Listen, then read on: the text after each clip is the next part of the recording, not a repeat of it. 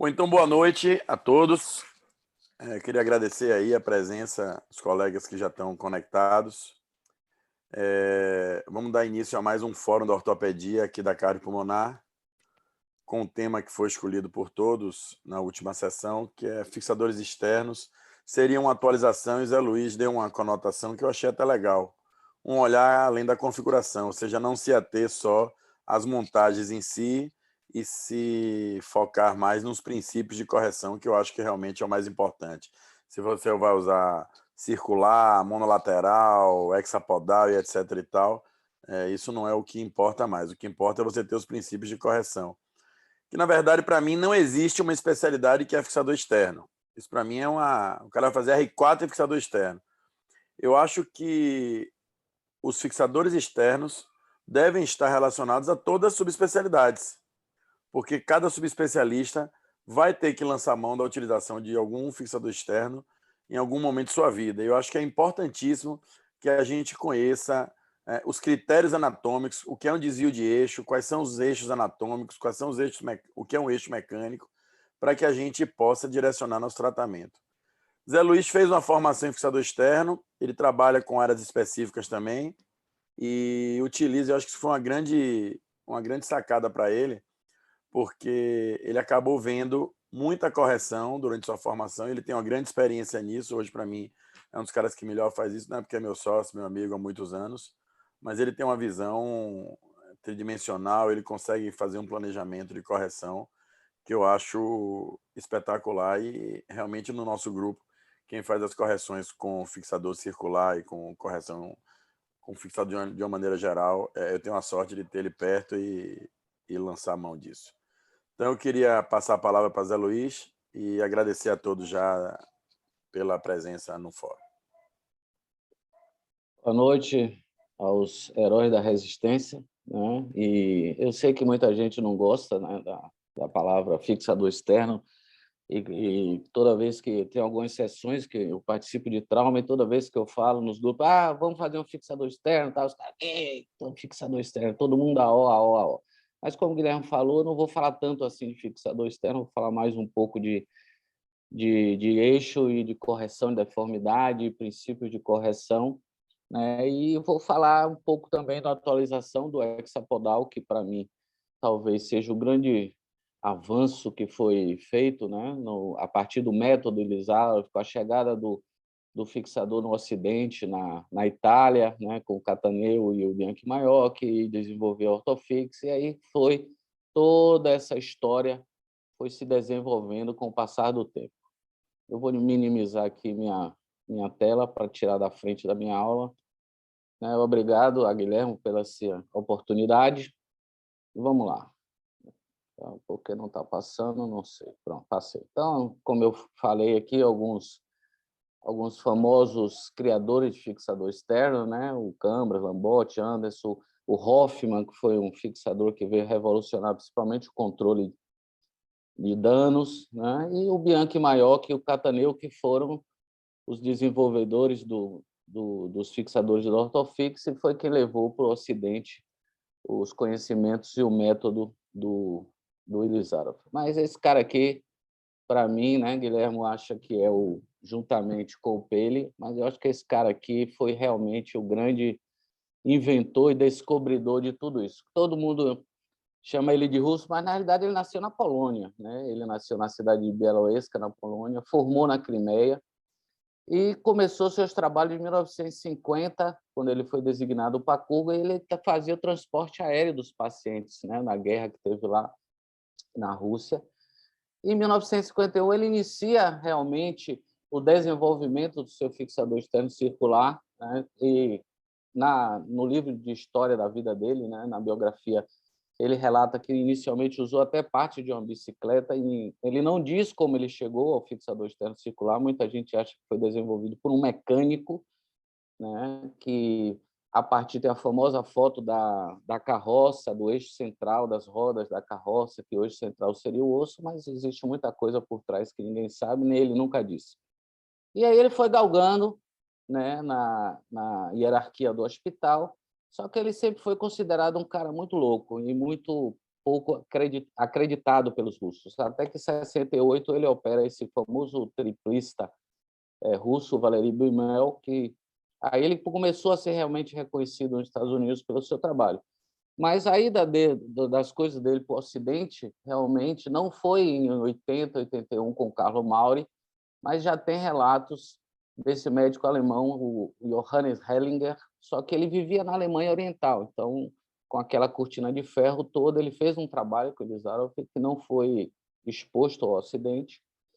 E aqui o grande salto dele é em 71, quando ele cria o hospital lá em Kürgen, e o Instituto Experimental, que hoje, né, contém 1.000 leitos e 24 salas específicos para o tratamento das deformidades com fixador externo ou não. Então, aqui tem toda. Aí, em 82 foi criada a ASAMI na Itália, né, a Associação dos Amigos do Elizarov, e em 86 ele realmente chega ao Ocidente, quando o Viktor Frankl, que eu tive o prazer de conhecer, o professor Frankl, lá no Hospital for Joint Disease, faz esse simpósio para 300 médicos em Nova York, e aí ele surge para o mundo. Se transformou, depois de muitos anos, membro da academia, e no ano do lançamento do seu livro, ele morre, quando a Springer Verlag lança o livro, ele vem a falecer em 92, aos 71 anos. Mas o que são fixadores externos? Fixadores externos são dispositivos de metal ou fibra de carbono que são unidos ao osso por pinos ou fios, né, que tem essa configuração, o nome já diz, é um aparato externo, é um tutor externo. Pode ter uma aparência complexa ou ser muito simples, como os unilaterais, né? E a montagem, hoje, que se tornou a grande vedete, o grande avanço da correção de deformidades, é a montagem do fixador externo assistido por computador, o hexapodal. Então, para que servem fixadores externos? Tratamento inicial de fraturas ou definitivo, em traumas complexos, fraturas de alta energia, controle de danos, para alongamentos, após deformidade, encurtamento, pseudartroses, consolidação congênita. Então, tem várias utilidades, correção de deformidades angulares, quando você não consegue, por uma osteotomia, devido talvez à angulação, precisa de um alongamento associado, você não consegue, com osteotomia simples, fazer a correção dessa deformidade angular. Muitos têm utilizado ele em associação com fraturas de punho, fraturas de cotovelo, fratura do pilão tibial, para diminuir a pressão articular, usar como ligamento taxia, e terapia adjuvante do tratamento de fraturas, como eu já falei, de fraturas articulares associadas. Então, os fixadores hexapodais, o avanço, a última geração dos fixadores, podem ter 2 ou mais anéis, barras milimetradas telescopáveis, que são as struts, ele pode ser completo ou parcial para permitir a flexão do joelho, tornozelo, e eles são unidos entre eles e fixadas as barras por parafusos, ou esse fixador que a Synthes lançou, o T-Rex, que é a Orthofix lançou, que é um excelente método novo, que é só plugar, você tira a barra rapidamente. O antigo Hexapod da Taylor tinha esse problema de ter os parafusos conectados. Então, virou a vedete, aí hoje quase todas as grandes empresas do mundo têm o seu hexapodal, Orthofix, Stryker, Johnson, Smith, alguns vêm tentando desenvolver fixadores com microprocessador, que você insere os dados da correção e ele faz os ajustes diários das barras. E o Adam, recentemente, lançou e vem desenvolvendo o octapodal, que é um fixador bem mais complexo, mas que não tem muita diferença assim em relação à parte do software do hexapodal. Mas tudo isso não seria possível sem o conhecimento do gênio em relação à fisiologia óssea, em relação às células, em relação... E ele, muito tempo, ele tentou entender por que você tinha fraturas ou tinha alterações e as células fibroblásticas não diferenciavam em células osteoblásticas e depois formavam o osso. Então, ele tentou estudar isso muito tempo, ele vinha estudando, e foi aí quando ele acidentalmente, acredito eu, ele não fala isso, mas é a minha opinião, ele descobriu o princípio de formação óssea, formação e alongamento dos tecidos por né? A fisiopatologia da pseudartrose não preciso dizer para vocês, ausência de falha mecânica, diminuição vascular local e tudo isso. Então, os seus estudos, né, principalmente cachorros, essa foto famosa dele, do cachorro, do alongamento da coluna, né, que ele desenvolveu esse princípio e o método. Mas ele demorou um pouco para identificar isso, porque ele tinha que fazer com que essas células ósseas e partes moles crescessem. Então, depois de muitos estudos, ele chegou à conclusão, né, que o ideal para a formação óssea era 1/4 de volta de 6 em 6 horas, 1 milímetro por dia, que é o que a gente usa até hoje, algumas vezes de 12 em 12, mas realmente existe, em alguns casos, a diminuição na formação do regenerado. A parte vascular era um grande problema, ele também chegou à conclusão que o ideal era 1 milímetro por dia, 1/4 de volta. E a parte nervosa, ele fez vários experimentos, você vê que aqui, ó, quando ele fazia 2 milímetros por dia, tinha uma lesão nervosa associada, alguns cachorros tiveram paralisia, não andavam, e ele chegou à conclusão realmente que as 3 principais estruturas e mais as partes moles, né, o ideal era 1/4 de volta de 6 em 6 horas, 1 milímetro por dia. E aqui um estudo micrográfico, né, de microscopia, mostrando que após 60 voltas o nervo continuava íntegro e havia um crescimento das células, né, de partes moles, fibroblastos e tudo mais. E essa distração, né, esse alongamento das células fazia com que houvesse uma migração vascular para dentro, né, dessa estrutura, e que é o que realmente levaria à formação do tecido ósseo.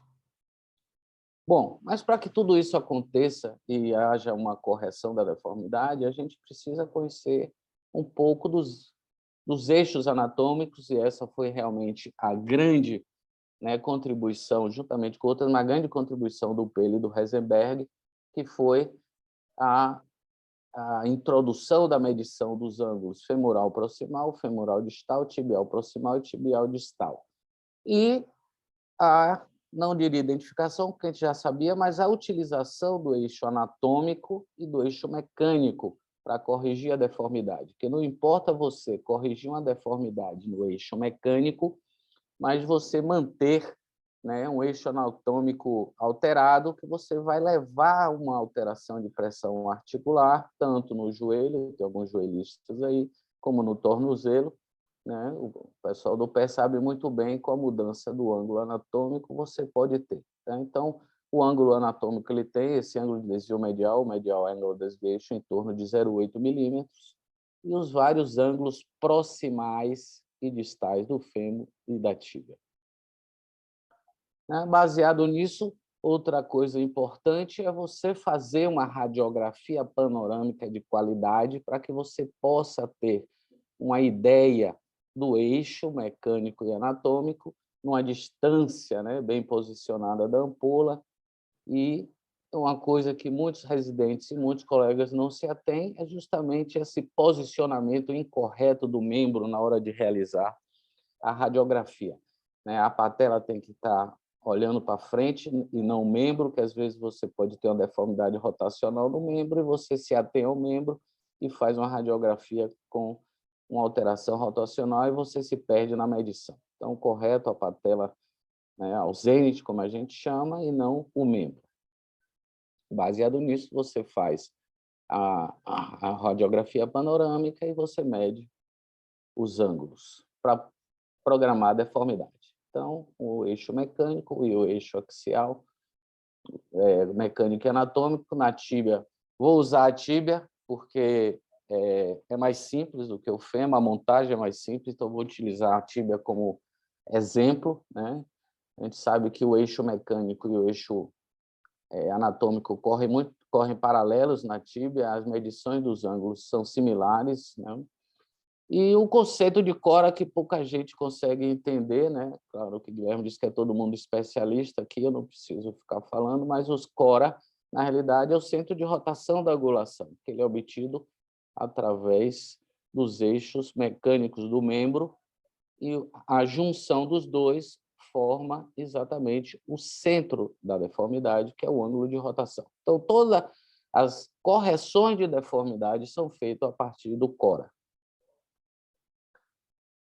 Outra grande contribuição do Paley foi as regras de correção de deformidade. Então, ele desenvolveu, identificou e publicou as 3 regras de correção, né, que é a regra 1, quando você faz a osteotomia ao longo da bissetriz do CORA, ou seja, no eixo de correção, é a regra 1. A regra 2, quando você faz a osteotomia fora do eixo, para a correção da deformidade, você tem o CORA, mas você opta, em algumas situações de problemas de pele e algumas outras alterações, você cria uma deformidade, sim, mas você corrige o que é mais importante, tanto o eixo mecânico quanto o eixo anatômico. Criando uma deformidade, você faz a osteotomia longe do CORA.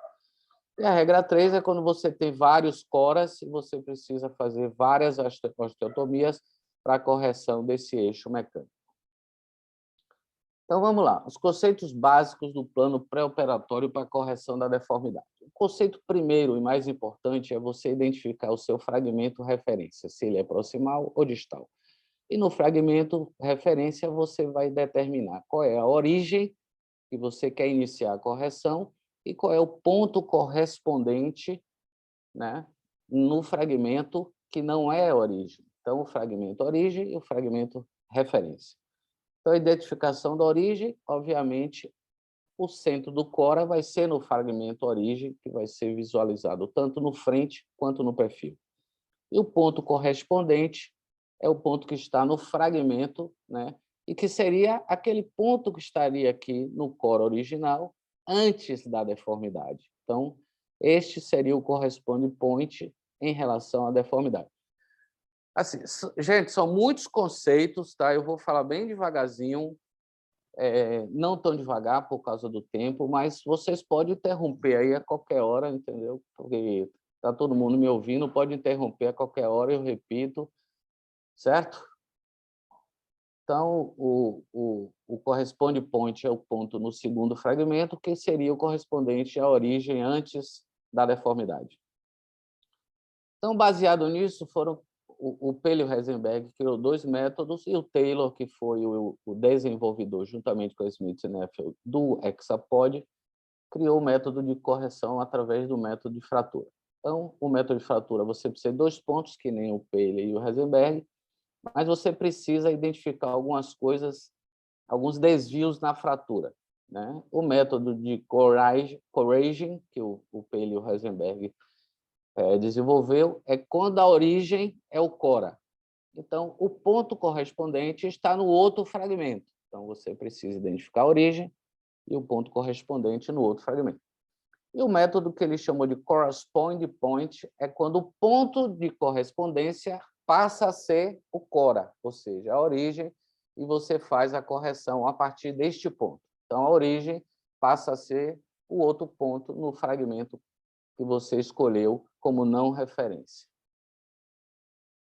Então, o método de fratura, que é o método de Taylor, você precisa identificar vários planos da deformidade. Então, as angulações no frente, perfil, claro, todo mundo sabe, varo-valgo, anticurvato, recurvato, se a translação do fragmento é lateral ou medial, em relação à origem, claro, e a deformidades translacionais, seja na axial, né, no comprimento, encurtada ou alongada, e a rotação. A rotação, às vezes, é um grande problema, porque, às vezes, clinicamente, você não consegue, dependendo do grau de deformidade do membro, você não consegue identificar o quão rodado está este fragmento em relação à origem.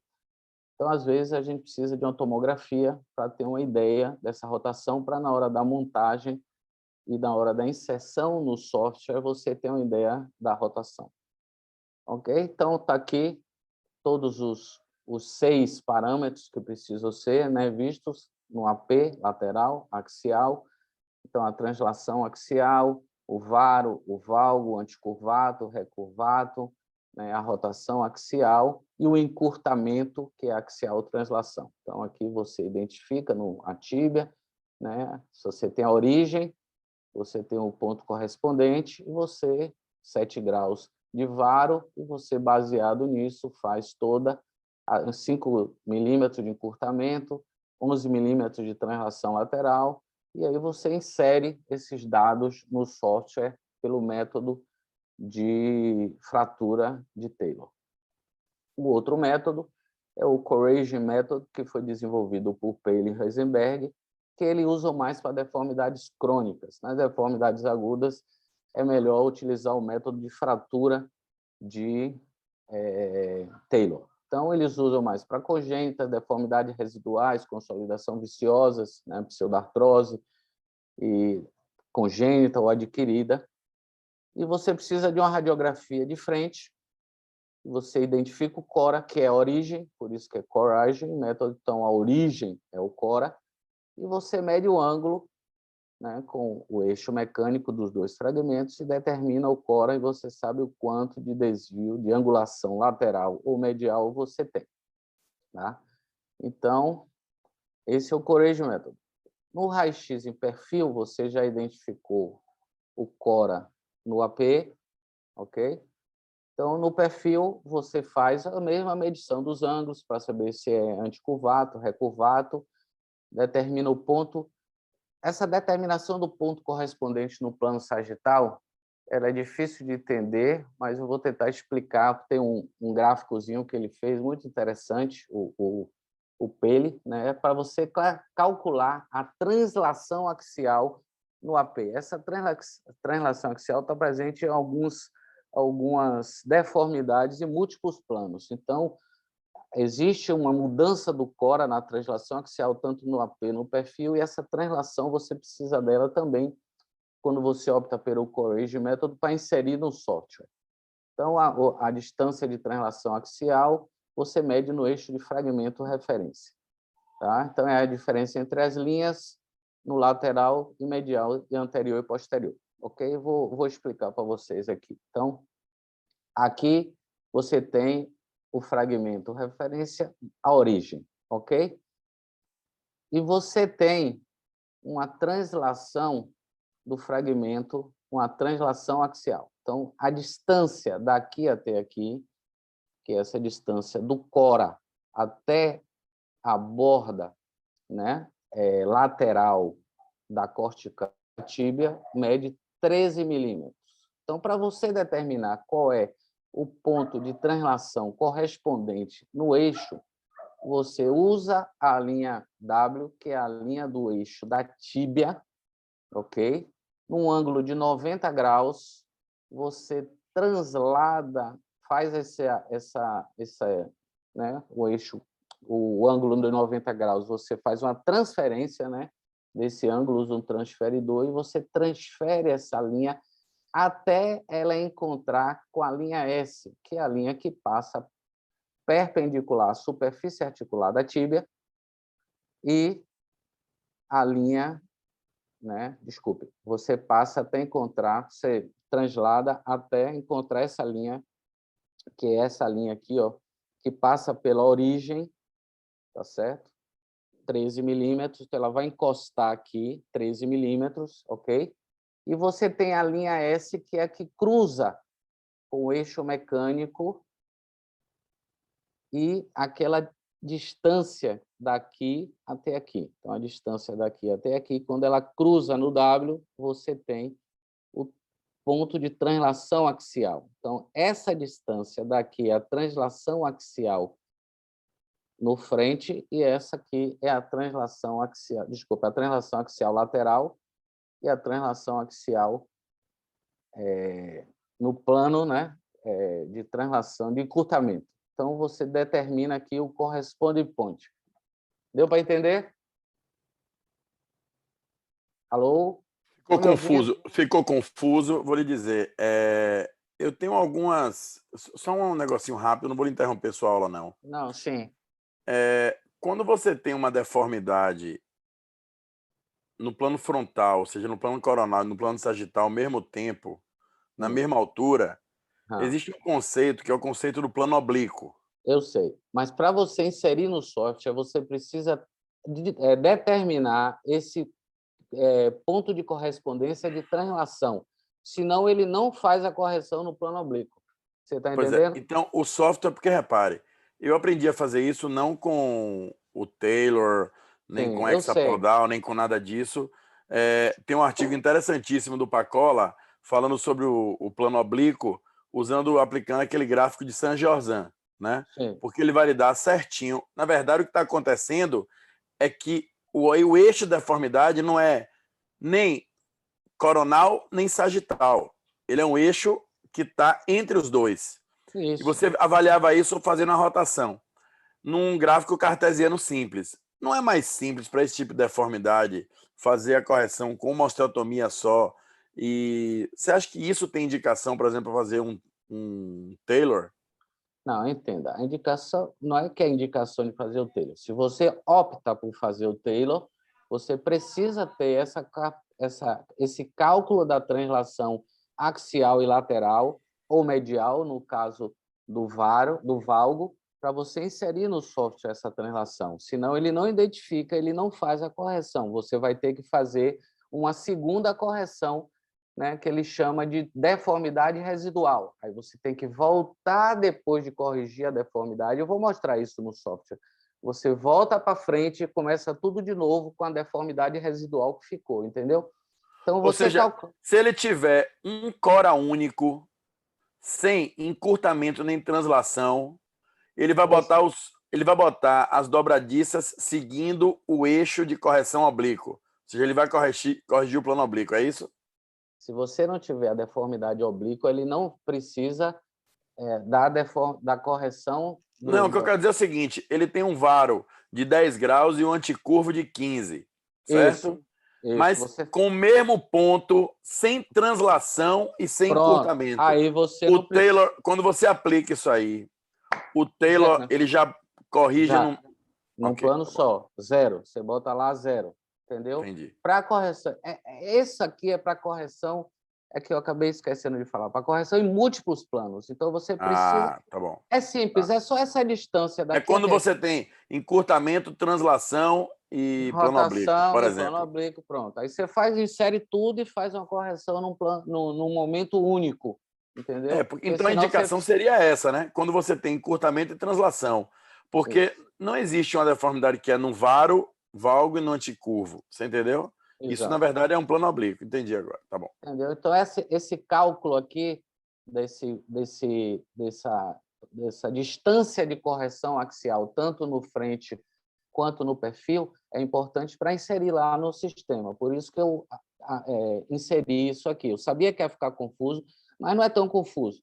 É só essa distância até aqui, você transfere a linha até encostar nesta linha aqui, que é a linha que passa pela origem, e essa linha vai cortar o eixo da mecânico transladado com a linha W. Então, você tem essa distância daqui até aqui e a distância daqui até aqui. Pronto, só isso. Não tem muito segredo, não. É que talvez a minha explicação ficou muito confusa.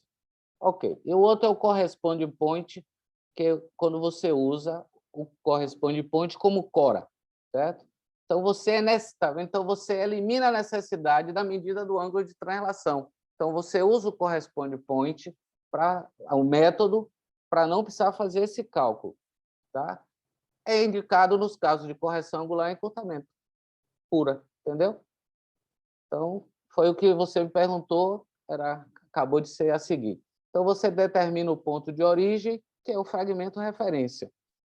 E aí você só move o ponto na distância que você quer alongar. Então, você tem aqui o cora, né? E você tem, vamos dizer, 7 milímetros de encurtamento, você move no eixo mecânico a linha para cá e o cora passa a ser aqui, passa a ser o corresponde point, entendeu? E aí você faz a osteotomia, então você corrige alongando, sem precisar de fazer todo aquele cálculo do eixo de translação lateral e axial. Ok? Então, pronto. Mas, claro que os métodos continuam mesmos, a instalação do anel continua a mesma, todo descrito por Elizarov, né? 2 centímetros da pele, os anéis de preferência de mesmo diâmetro, né? O ideal é que o anel seja, né, 2/3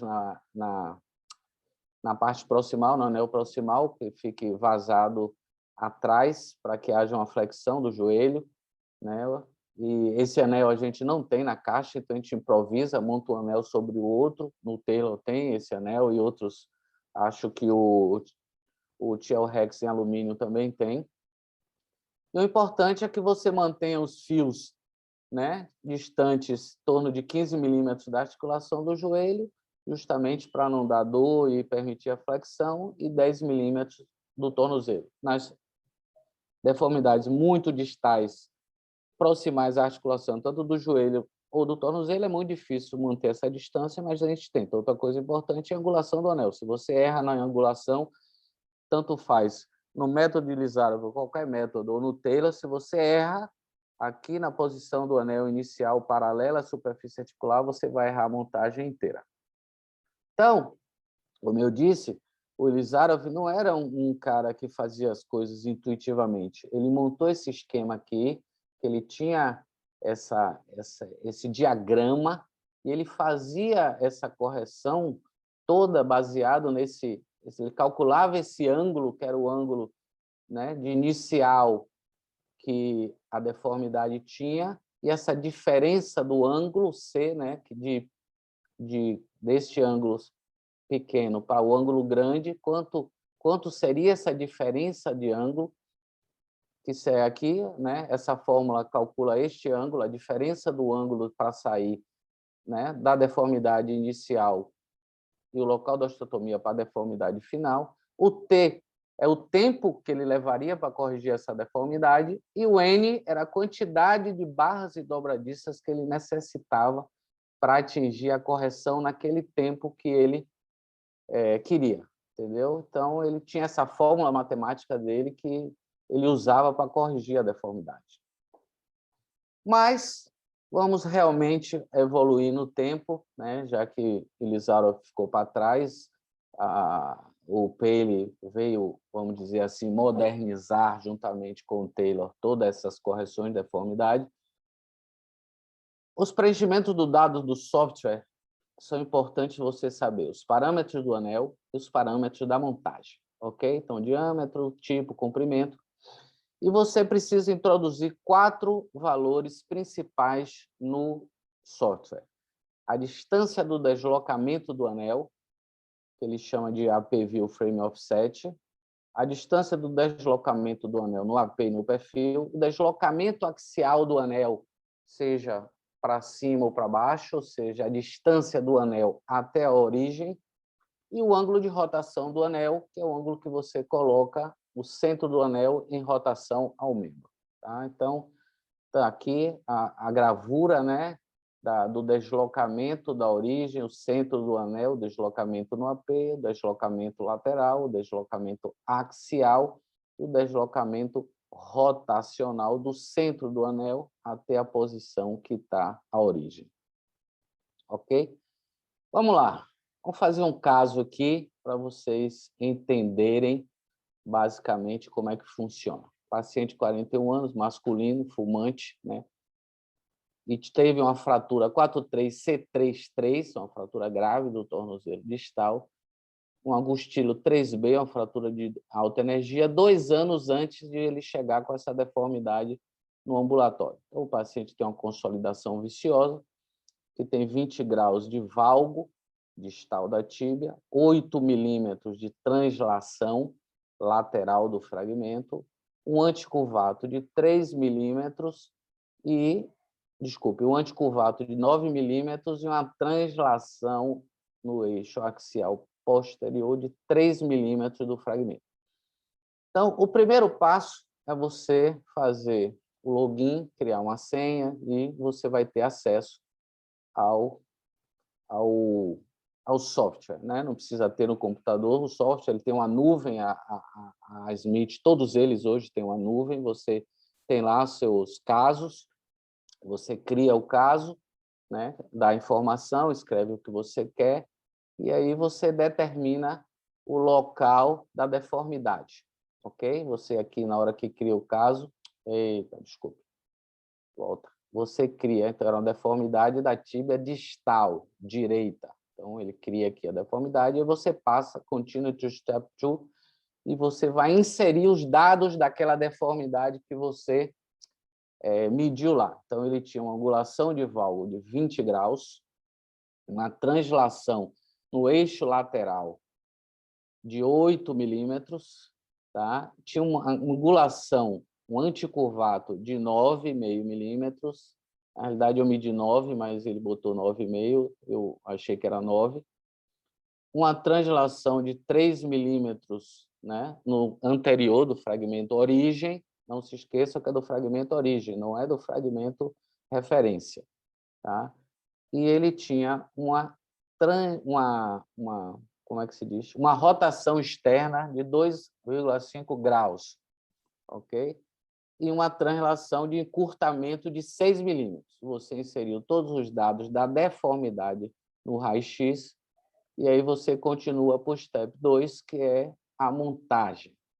Quando você termina de montar o aparelho, você precisa colocar as barras, né? Então, você montou o aparelho na posição que você quer, o anel proximal, aqui o full ring, ou o 2/3 de anel, tá? O tamanho do anel, 155 milímetros, você diz, né, determina o proximal se é maior, se é menor, o ideal é que sejam dois do mesmo tamanho, e você monta as barras, ideal que a montagem seja, ideal não, a montagem tem que ser no sentido anti-horário, sendo a barra 1, você pode nominar ela da cor que quiser, mas o software e a empresa já determinou a rotação das cores, então, vermelho, laranja, amarelo, verde, azul e roxo. Então, 1, 2, 3, 4, 5. Quando você termina a montagem, você insere as barras.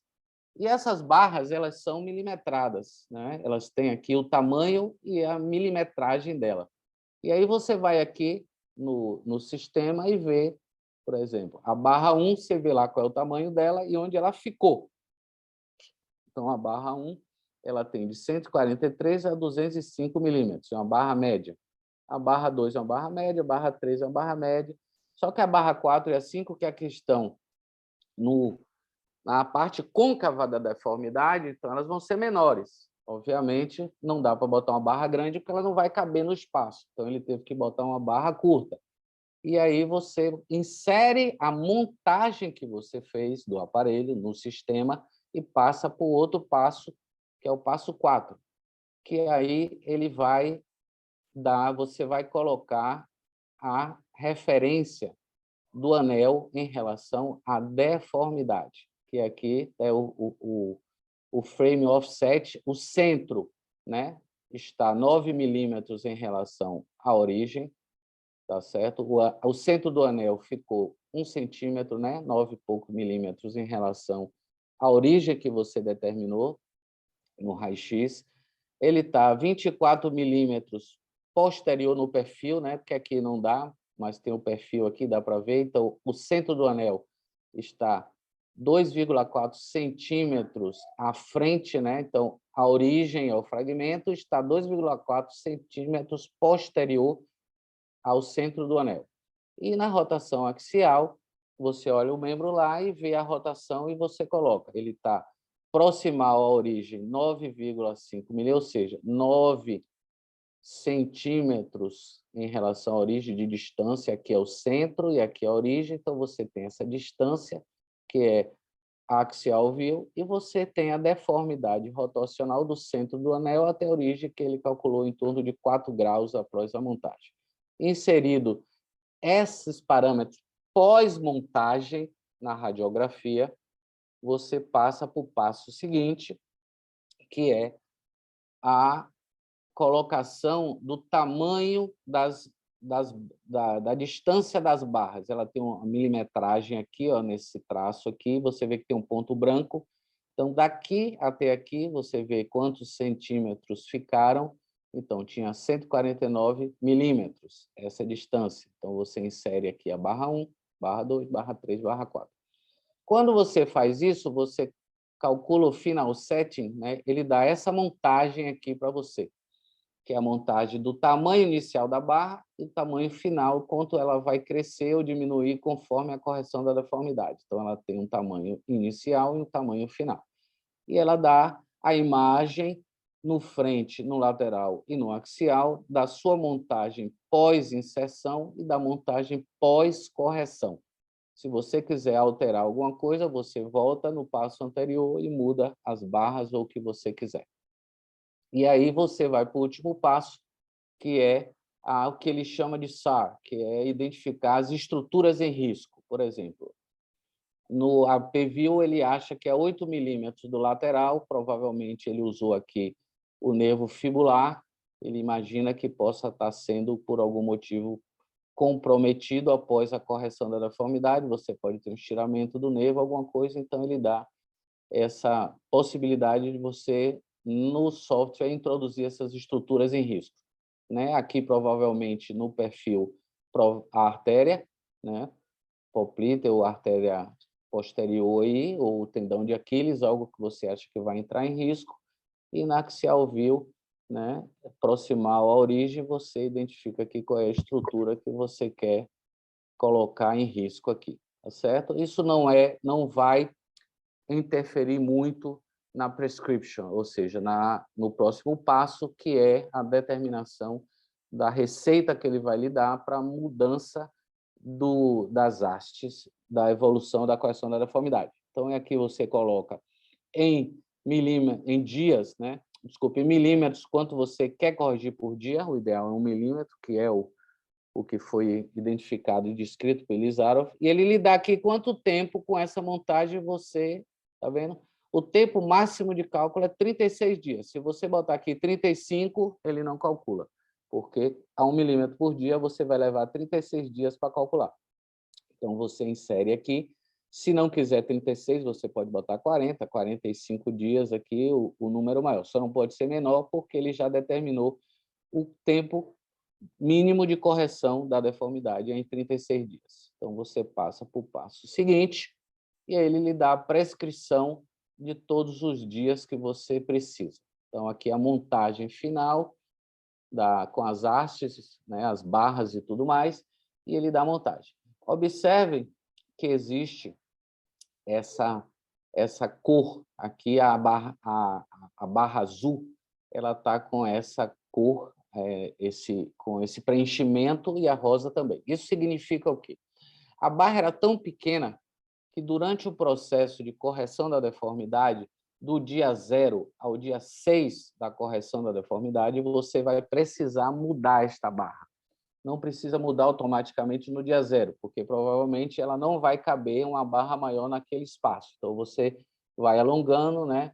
Dia 1, mexe na barra 1, vai para 140, mantém 149, dia 2 vai para 191, e ela tem um clique. E o paciente vai olhando, vai clicando, ela só vai para um lado, e ele vai vendo o cursor na barra, que ela vai subindo para até alcançar o número 191 milímetros. Parece difícil, mas não é. E a barra 6, você tem esse tempo aqui do dia 14 até o dia 26 para também mudar o tamanho da haste. Então, você pode usar Coragem, Corresponde, o método que você quiser. E aqui era o caso inicial, e aqui a montagem que ele fez. Veja que ele não usou a deformidade inicial da consolidação viciosa, provavelmente ele não fala, mas por problemas de pele, eu usei um caso do Taylor mesmo, o caso do institucional do fixador.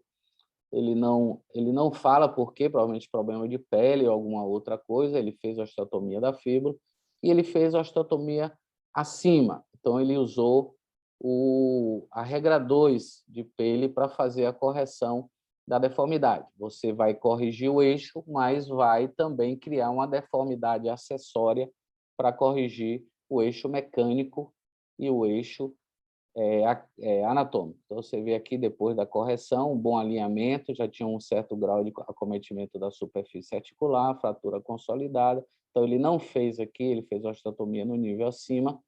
Tá? Então, as principais correções: complicações, lesão vascular, colocação incorreta do anel referência, né, que tanto acontece no ilisárabe quanto no hexapodal. Se você botar o primeiro errado, o resto vão ser todos errados. Quebra de fio pino, os chães é muito mais difícil, mas acontece, mas os fios de quiche, né, dependendo do tempo de uso do aparelho, eles quebram com mais facilidade, a infecção no trajeto. A osteólise também, com o passar do tempo, osso osteoporóticos idosos, né? Existe uma tendência da osteólise. Hoje, os pinos com hidroxiapatita vieram resolver isso, mas encarece muito o procedimento devido ao custo do pino revestido. A rigidez articular é uma constante, principalmente em patologias articulares ou próximas à articulação graves e de longo tempo de permanência. E uma das coisas que ele fala bastante em relação ao Taylor é que o erro de inserção de dados no software é uma complicação. Você pode ter uma correção errônea da deformidade e precisar reiniciar todo o processo. Alguns trabalhos na literatura, eu fiz uma revisão e coloquei aqui alguns trabalhos interessantes, né?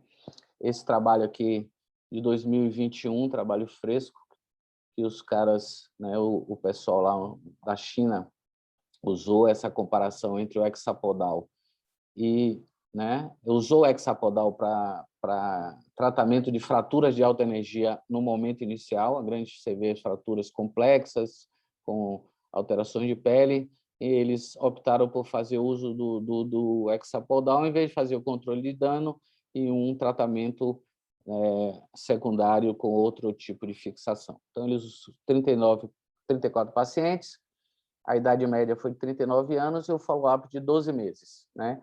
O tempo médio de utilização do hexapodal foi de 26 semanas e todos atingiram alinhamento satisfatório com 100% de consolidação. E, segundo ele, 31 pacientes, né? Segundo o estudo, 31 pacientes tiveram excelentes resultados e 4 bons pelo score da ASAMI. Na frente eu mostro o score, porque vai ter outro trabalho. Então, 44% infecção de pino. A infecção de pino foi uma frequente, provavelmente por ter sido fratura exposta de alta energia, né? Apesar de toda a limpeza, ele cita isso no trabalho e acredita que essa infecção foi por causa disso.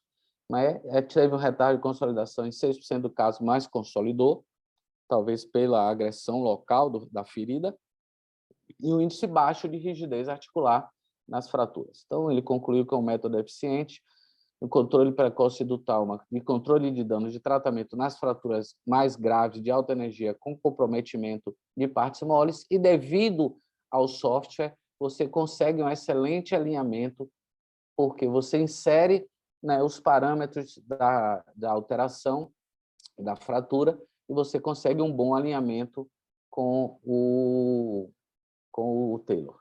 Né? Esse é outro trabalho que foi publicado em 2019, da comparação entre os dois hexapodais, o Taylor e o TrueLock, né, da Orthofix. Então, foram 24 pacientes com T-Rex e 21 com Taylor. A média de uso do aparelho foi 107,98 dias, um follow-up grande, né, de 777 dias e 1.111 dias.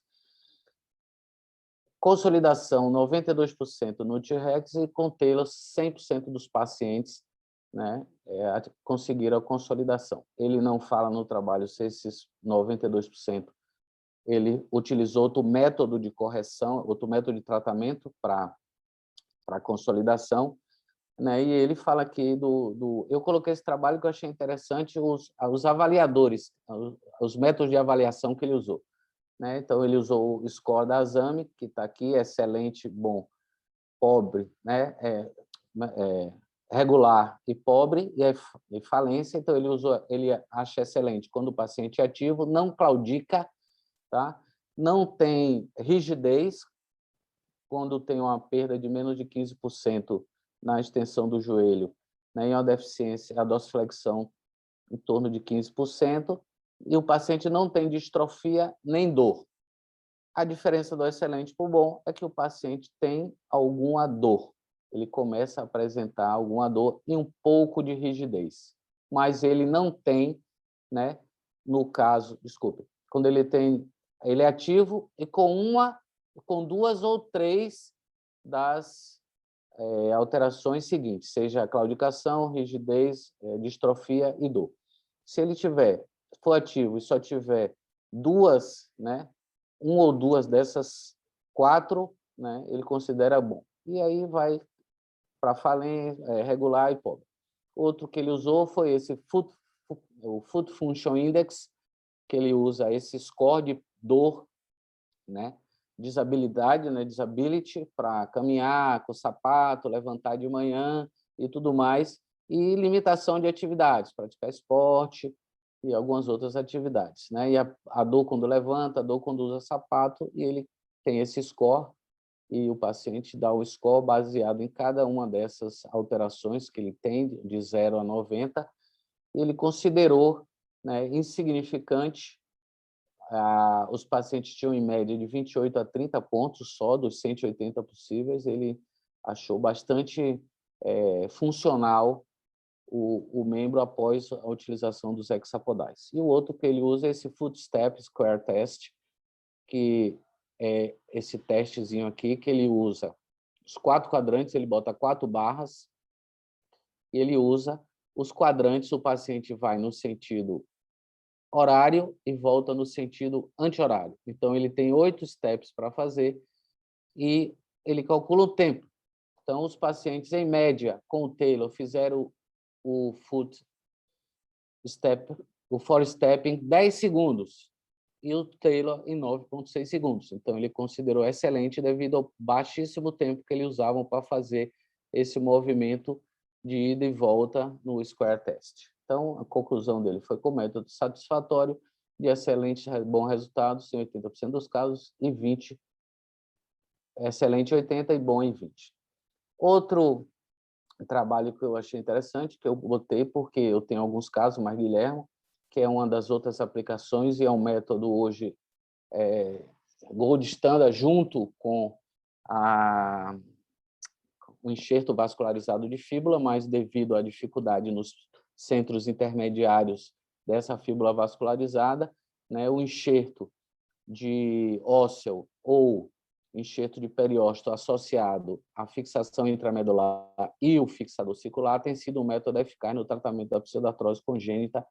O que eu achei interessante nesse trabalho turco aqui, eu reli o trabalho várias vezes para ver se eu não tinha me enganado, que é ele, os 17 pacientes, foi o Cocágulo que operou, foi ele que operou nesses 10 anos aqui, nesses 20 anos, esses 17 pacientes. A média de idade de cirurgia era de 7,6 meses. Então, ele operava muito precocemente as crianças, em torno de 4 meses de idade ele já operava. E eu li mesmo, eu falei, não é possível. E age at the treatment age, meses. Eu falei, não é possível, esse cara é louco. Mas está aí o trabalho precoce, 4 meses, eu achei muito temprano, muito cedo o tratamento. Ele tinha um follow-up longo de 8,5 anos, de média, né, de pacientes 15 anos de follow-up, e ele conseguiu uma consolidação em 88% dos casos, uma discrepância média de 2 centímetros. E aqui é o grande problema da pseudartrose congênita adativa, que é a deformidade residual, seja qual for o método, mesmo você fazendo liberação lateral da fáscia, osteotomia distal da tíbia. Então, o valgo do tornozelo devido à própria doença, é uma constante. Então, 8 pacientes dos 17 tiveram valgo, deformidade residual em valgo. 4 casos tiveram complicações menores, que ele não fala quais foram as complicações, provavelmente infecção tragédia de pino, quebra de pino, refratura, né? E 5 refraturas ele teve, mesmo com a fixação intramedular. Então, ele concluiu que a associação dos 3 elementos é um excelente método de tratamento quando você não tem. Eu, pessoalmente, não gosto da fíbula vascularizada, o pessoal fazia muito em São Paulo. Eu acho que o tempo, você tem uma dificuldade muito grande para botar o tutor intramedular com a fíbula vascularizada, e o tempo que você necessita para aquela fíbula engrossar é muito grande. Então, os pacientes ficavam, às vezes, muito tempo com o fixador, com o Elisaro, e havia um grande índice de refratura daquela fíbula fina. Então, eu gosto mais desse método dele mesmo. Você vê que é um caso nosso, a paciente já tinha sido tratada, então eu fiz a ressecção. Eu gosto dessa incisão transversa, porque você, com o encurtamento, você transforma a cicatriz numa cicatriz linear, Então, você resseca toda aquela região amartomatosa da neurofibromatose, alguns pacientes têm neurofibromatose associada, faz um encurtamento agudo, dá para ver aqui o fio intramedular, e associada à ressecção, eu montei o aparelho e já fiz uma osteotomia. Era um passe para alongamento, aqui você vê as barras sobrando, era um paciente mais velho, devia ter uns 5, 6 anos, então deu para fazer. Não é Tainá, Guilherme, esse é outro paciente nosso. Eu procurei as fotos de Tainá, não achei, porque estava aquela máquina antiga que a gente tinha, Mavica de disquete. Eu preciso achar essas fotos aí de Tainá. Eu acho que você até talvez tenha com você. Eu tenho os casos mais novos. Tainá eu queria botar, que é a paciente mais velha que a gente tem, mas infelizmente não achei. Esse caso aqui eu botei para os meus amigos joelhistas, né, que foi um trabalho feito no Japão, um trabalho recente, pacientes idosos que tinham fratura periprotética em torno do joelho. Né? Você vê aqui a efetividade do tratamento do fixador circular nas fraturas periprotéticas. Né? A média de idade era bem alta, paciente de 79,2 anos, que variava de 64 para 88, um follow-up de 702 meses, em média, né? E a consolidação em 100% dos casos. Uma média de 8 semanas eles conseguiram a consolidação. Né? 13 pacientes dos 19 conseguiram, segundo o trabalho, habilidade para a marcha no mesmo nível antes da fratura com a prótese, né? Então eles conseguiam andar e ter uma habilidade para essa marcha, ou com alguma limitação, ou com alguma rigidez, mas tinham habilidade para andar. E os outros 6 pacientes ele não fala, mas aparentemente todos consolidaram, né? É um método eficaz de confiança. O importante desse trabalho é que vocês veem aqui nessa tabela aqui, os pacientes eram idosos, tinham muitas comorbidades. Então, a opção por não fazer a revisão ou a osteossíntese periprotética da fratura, você vê que tinha algumas fraturas que eram até em revisão, tem haste longa, né? Alguns ficaram com deformidade, mas algumas fraturas eram muito baixas, fragmentadas, né? O paciente tinha diabetes, insuficiência cardíaca, né? Tinham alterações, como é que Alzheimer, tem várias, todos tinham comorbidades. Então, eles optaram por fazer esse tratamento com fixador externo baseado nessas comorbidades dos pacientes e na idade. Esse é um trabalho que a complicação, um trabalho novo também, em 2020, que são as complicações que nós todos já sabemos, né, do Hexapod, 102 pacientes, a consolidação foi alcançada em 101 casos, né, 99%, e aqui é o AVEDET do fixador externo, que é a infecção dos pinos. Superficial, ou no trajeto dos pinos, ou em alguns casos profundos, você precisa tratar, tirar o fixador. Problema com ferida, né, em 17%, porque foi em pacientes que tinham fraturas agudas da tíbia ou de alta energia ou não, tá? A soltura do pino em 11%, e eles tiveram uma consolidação viciosa em 15% dos casos. Ele acredita que isso foi devido à má inserção dos dados por cirurgiões inexperientes no software. E a contratura do tornozelo e do joelho foi alta, 30%. De 100 pacientes, 30 com contratura, eu achei que era um valor alto, né? Mas ele concluiu que era um método eficaz nessas fraturas no trauma, né? A consolidação foi excelente, 101 pacientes, e as complicações iguais a todos os fixadores externos, né? E o mau alinhamento ele atribui a essa inexperiência do cirurgião de colocação dos dados no software. Esse é o trabalho que é uma grande discussão entre fazer a osteotomia com serra de Gigli ou múltiplos furos, né? O multi-drilling, Modified Healing Index, foi o que ele usou, achei esse índice interessante, né? Aqui as osteotomias, a quantidade, com 100% com a Gigli ou com multifuros foi igual, 100% consolidado, mas ele né, identificou isso aqui, que é a conclusão, que o índice de consolidação, quando você faz com serra de Gigli, é muito menor do que quando você vai com múltiplos furos. Né? Eu não gosto de fazer com Gigli, porque eu acho que a exposição de partes moles, dependendo do membro, fraturas às vezes têm partes moles ruins, né? Aquela passagem do Gigli de um lado para o outro da tíbia ou do fêmur não é fácil, eu me acostumei a fazer com múltiplos furos, mas recentemente eu fiz alguns casos, né, no subúrbio, que eu tenho feito com serra mesmo, circular. Faço uma incisão maior, boto um roma delicado e faço com a serra oscilante, e vou observar esses casos aí, que é uma terceira, né, opção de realização da osteotomia, além do giro e dos múltiplos furos. A complicação maior dos múltiplos furos é a fratura, todo mundo sabe, devido talvez ao formão ou alguma outra coisa que você faz os múltiplos furos posteriores, faz a osteotomia lateral e medial e torce para fraturar, né? Então, a fratura foi presente em 4 casos, e outro grande problema é a osteotomia incompleta, devido, obviamente, a não... Às vezes você acha que cortou tudo, olha no intensificador e não cortou. Precisa refazer. Esse trabalho que vem a seguir é o seguinte, é um trabalho interessante de um japonês, um relato de caso, eu botei porque eu achei muito interessante, o cara foi assim um herói, né? Ele usou esse método de fixação externa, a paciente de 70 anos teve uma queda de altura e tinha um sangramento oral e nasal incontrolável, além das múltiplas fraturas, vocês veem o desarranjo estrutural na face da paciente, né? Eu botei só como curiosidade um método alternativo para o tratamento. Imagine o cirurgião de face montar isso aqui tudo, o cara usou aqui, aparecendo, né, uma acupuntura aqui, aquele, como é o nome? Aquele personagem lá, Hellraiser do filme, então ele montou o fixador externo.